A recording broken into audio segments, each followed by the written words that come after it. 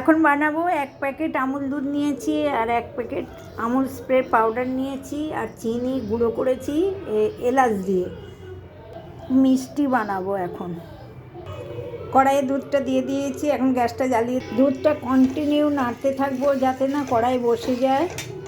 আর একটা পাউডার দুধ দিয়ে দেবো, আমুল স্প্রে। দুধটা বাটিতে ঢেলে নিয়েছি, একটু হালকা গরম জল দিয়ে গুলে নিয়ে দেখুন বন্ধুরা দুধ ফুটে গেছে।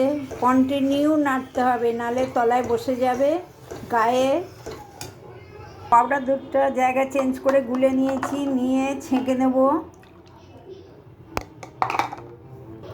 এবারে এই দুধের সাথে দিয়ে কন্টিনিউ নাড়তে থাকবো।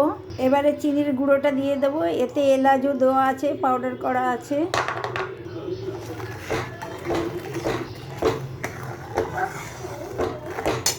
দেখুন বন্ধুরা আমার সন্দেশের পাক হয়ে এসেছে,